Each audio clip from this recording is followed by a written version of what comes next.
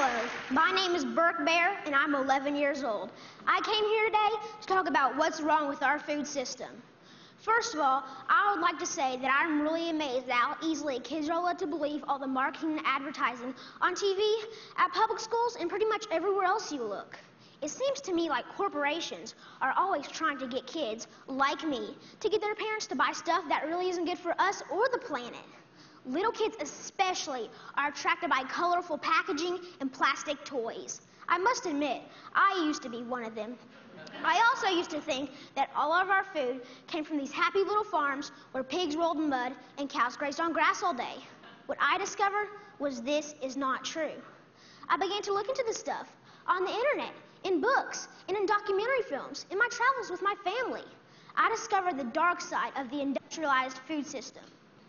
First, there's genetically engineered seeds and organisms. That is when a seed is manipulated in a laboratory to do something not intended by nature, like taking the DNA of a fish and putting it into the DNA of a tomato. Yuck. Don't get me wrong. I like fish and tomatoes, but this is just creepy. The seeds are then planted, then grown. The food they produce have been proven to cause cancer and other problems in lab animals. And people have been eating food produced this way since the 1990s, and most folks don't even know they exist. Did you know rats that genetically engineered corn had developed signs of liver and kidney toxicity? These include kidney inflammation and lesions and decreased kidney weight. Yet almost all the corn we eat has been altered genetically in some way. And let me tell you, corn isn't everything. And don't even get me started on the confined animal feeding operations called CAFOs. Conventional farmers use chemical fertilizers made from fossil fuels that they mix with the dirt to make plants grow. They do this because they've stripped the soil from all nutrients from growing the same crop over and over again. Next, more harmful chemicals are sprayed on fruits and vegetables, like pesticides and herbicides, to kill weeds and bugs. When it rains, these chemicals seep into the ground or run off into our waterways, poisoning our water too. Then they irradiate our food, trying to make it last longer, so it can travel thousands of miles from where it's grown to the supermarkets. So I asked myself, how can I change? How can I change these things? This is what I found out. I discovered that there's a movement for a better way. Now, a while back, I wanted to be an NFL football player. I decided that I'd rather be an organic farmer instead. That way...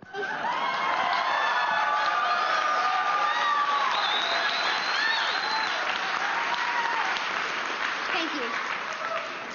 And that way, I can have a greater impact on the world. This man, Joel Salatin, they call him a lunatic farmer because he grows against the system. Since I'm homeschooled, I went to go hear him speak one day.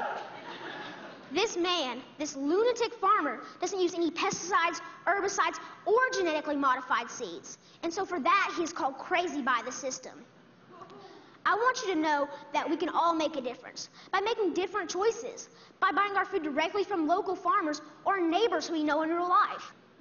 Some people say organic or local food is more expensive, but is it really? With all these things I've been learning about the food system, it seems to me that we can either pay the farmer or we can pay the hospital. I